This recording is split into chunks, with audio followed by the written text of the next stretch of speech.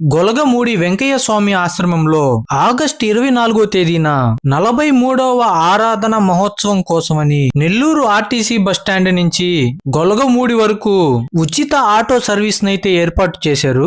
ఎంతో మంది భక్తులు ఈ ఆటో సర్వీస్ ని ఉపయోగించుకున్నారు. అందులో నేను కూడా ఒకరినని చెప్పాలి. నా దగ్గర అయితే రూపాయి తీసుకోకుండానే గొలగమూడి వెంకయ్య స్వామి ఆశ్రమంలో అయితే వదిలిపెట్టారు. ఉచిత ఆటోలో అలుపరగని ప్రయాణం తర్వాత గొలగమూడి అయితే చేరుకున్నాము. ఈ ఆశ్రమానికి ఎక్కడెక్కడి నుంచో భక్తులు తండోపతండాలుగా అయితే వచ్చారు. కొంతమంది భక్తులు ఈ ఆరాధన మహోత్సవం కోసమని చెన్నై నుంచి కూడా వచ్చారు. దర్శనం కోసమని భక్తులు క్యూ లైన్లలో కిటకిటలాడారు. వెంకయ్య స్వామి వారి సమాధి మందిరమును దర్శించుకునే ముందు భక్తులందరూ ఈ హోమగుండంలో టెంకాయలను వేస్తున్నారు. వెంకయ్య స్వామి వారి దర్శనం అనంతరం ప్రసాదాన్నైతే తీసుకుని బయటికైతే వచ్చి పక్కనే ఉన్న వీరాంజనేయ స్వామి వారి దేవస్థానాన్ని అయితే దర్శించుకుంటారు. ఇక్కడ భక్తుల వసతుల విషయంలో ఏమాత్రం లోటు లేదనే చెప్పాలి. పుణ్యక్షేత్రాన్ని తలపించేటట్టు భక్తుల కోసం నిత్యాన్నదాన కేంద్రాలు, వసతి గృహాలు, బస చేసి నిద్ర చేసేదానికి